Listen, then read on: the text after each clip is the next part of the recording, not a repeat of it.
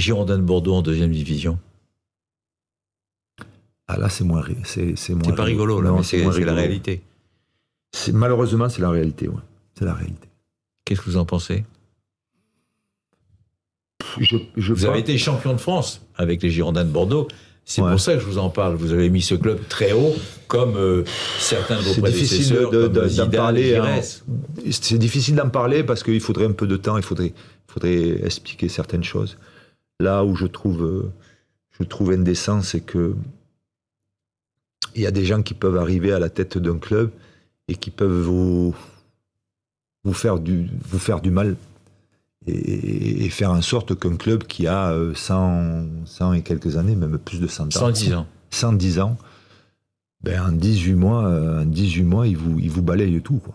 Donc, dans le football comme dans l'entreprise normale, quand vous faites beaucoup d'erreurs, malheureusement, souvent, je dirais, vous les payez, les erreurs. Et c'est ce qui s'est passé avec les Girondins de Bordeaux. Ils ont perdu le fil de l'histoire, les nouveaux dirigeants. Ils ont laissé tomber les valeurs fondamentales qui faisaient l'histoire de ce club. Je ne sais pas s'ils ont ils ont fait des erreurs. Alors je suis conscient que c'est pas facile non plus de gérer un club de football, mais voilà, il faut s'appuyer sur ce qui a été déjà fait, sur ce qui a déjà marché,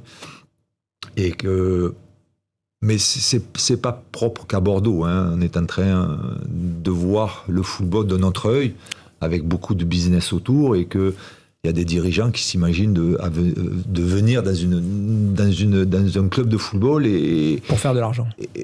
Ouais, soi-disant pour faire de l'argent, pour faire pour grossir améliorer le club, et on s'aperçoit que c'est pas du tout le cas, et qu'ils peuvent même mettre en péril un club comme peuvent être les Girondins de Bordeaux.